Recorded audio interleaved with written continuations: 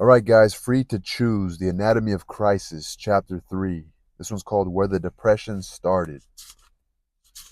Where the Depression Started. The decisive evidence that the Depression spread from the United States to the rest of the world, rather than the other way around, comes from the movement of gold. The decisive evidence that the Depression spread from the United States to the rest of the world, rather than from the rest of the world to the United States, comes from the movement of gold. In 1929, the United States, on a gold standard in the sense that there was an official price of gold, $20.67 per fine ounce, at which the U.S. government would buy or sell gold on demand. Most other major countries were on a so-called gold exchange standard under which they too specified an official price for gold in terms of their own currencies. That official price of gold in their currency divided by the U.S. official price gave an official exchange rate. That is the price of their currency in terms of the dollar.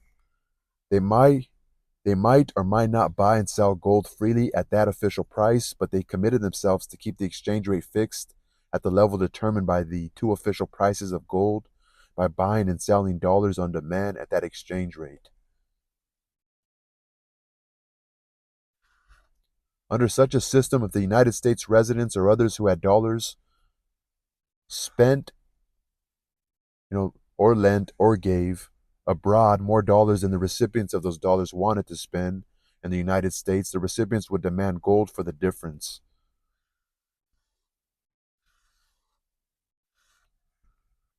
So under such a, if the United States residents or others who had dollars spent or lent or just gave abroad more dollars,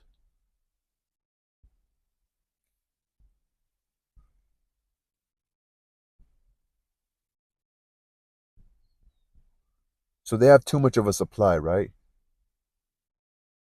They have an inflation of dollars over there. There's too much money over there they don't even need, so it's just up in the air. The recipients would demand gold for the difference. Gold would go from the United States to foreign countries if the balance was in the opposite direction, so that holders of foreign currencies wanted to spend or lend or give more dollars in the United States than holders of dollars wanted to convert into foreign currencies to spend or lend or give abroad. They would get the extra dollars by buying them from their central banks at the official exchange rates. The central banks in turn would get the extra dollars by sending gold to the United States. In practice, of course, most of these transfers did not involve the literal shipping of gold across the oceans. Much of the gold owned by foreign central banks was stored in the vaults of the New York Federal Reserve Bank, earmarked for the country that owned it. Earmarked, kind of like what they do a cow. The transfer was made by changing the labels on the containers holding the gold bars in the deep basements under the bank building at 33rd Liberty Street in the Wall Street area. If the Depression had originated abroad, while the U.S. economy continued for a time to boom, the deteriorating economic conditions abroad would have reduced U.S. exports and, by lowering the cost of foreign goods, encouraged U.S. imports. The result would have been an attempt to spend, lend, or give more dollars abroad than recipients wanted to use in the United States, and, and an outflow of gold from the United States. The outflow of gold would have reduced the Federal Reserve System's gold reserves. That would in turn have induced the system to reduce the quantity of money. That is how a system of fixed exchange rates transmits deflationary or inflationary pressure from one country to another. If this had been the course of events, the Federal Reserve could do, if this had been the course of events, the Federal Reserve could correctly have claimed that its actions were a response to pressures coming from abroad. Conversely, if the Depression originated in the United States, an early effect would be a decline in the number of US dollars that their holders wanted to use abroad and an increase in the number of dollars that others wanted to use in the United States.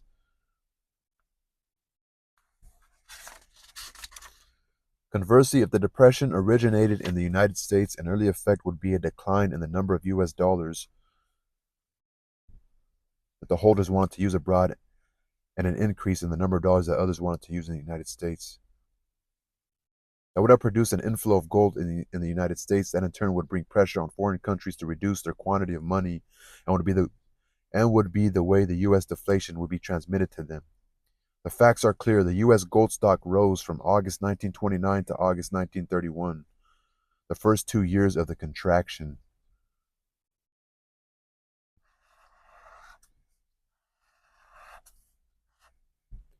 clinching evidence that the United States was in the van of the movement.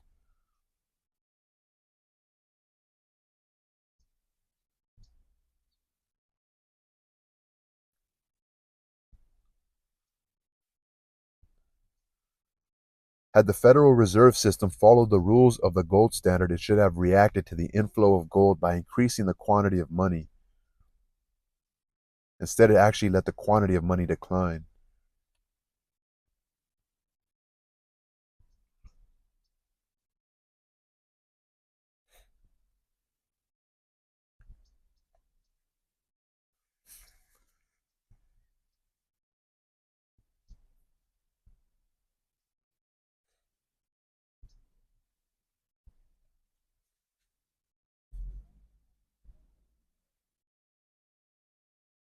The U.S. gold stock rose from 19. Hmm.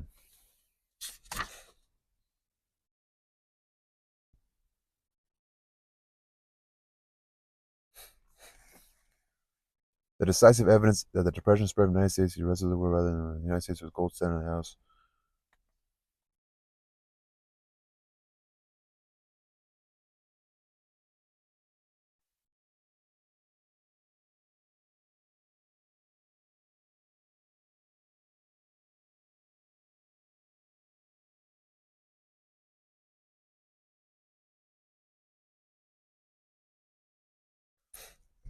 Under the system, United States residents other who had dollars spent or lent abroad more dollars than they were receiving.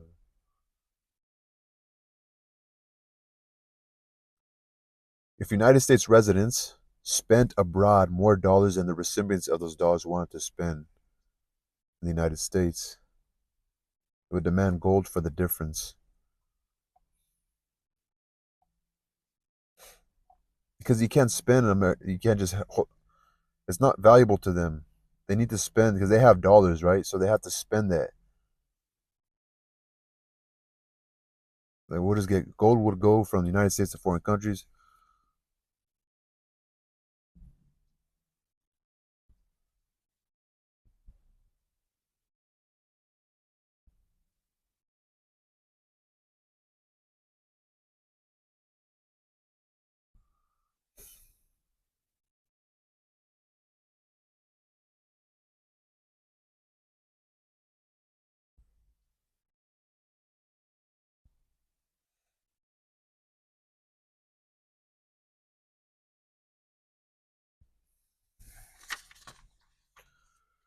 Um,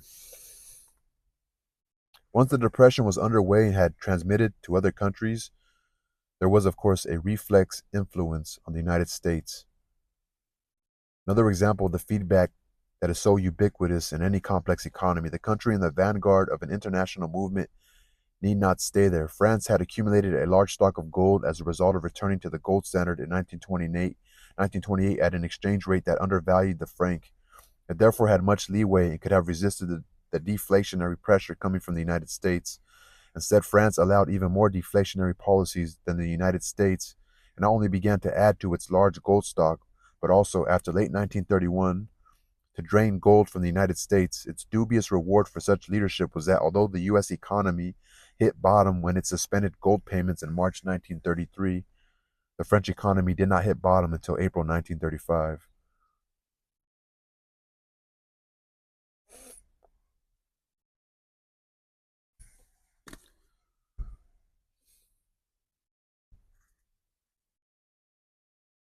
America should have sold more gold.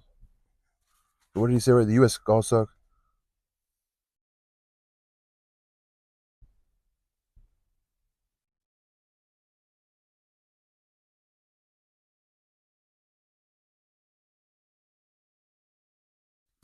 let the quantity of money decline. Should have reacted to the inflow of gold by increasing the quantity of money.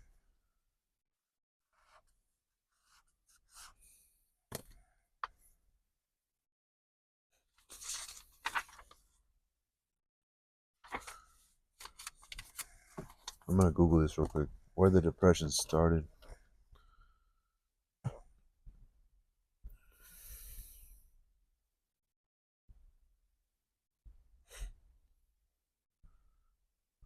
Free to choose.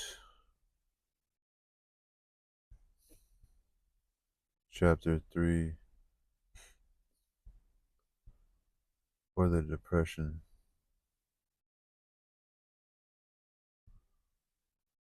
started.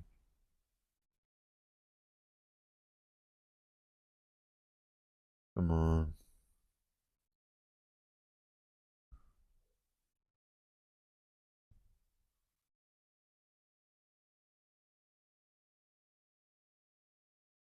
Explanation.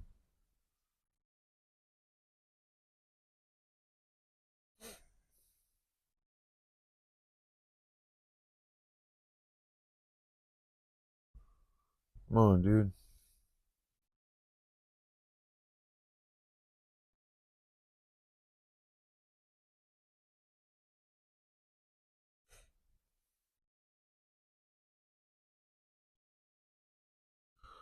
What's he saying? Oh, they just gave me a copy of the book. It's funny.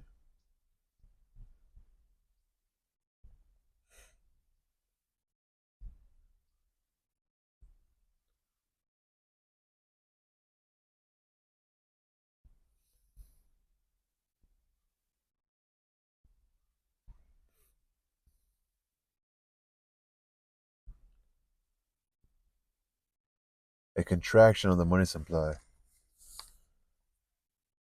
It wasn't that much money, right? In the central banks.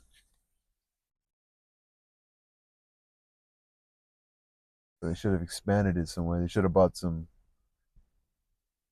debt.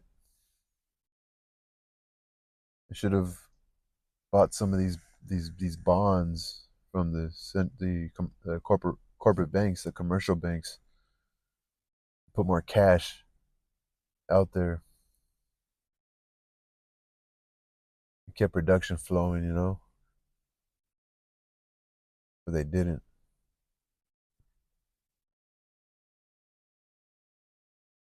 Gold. I'll read it again, see if I can figure it out.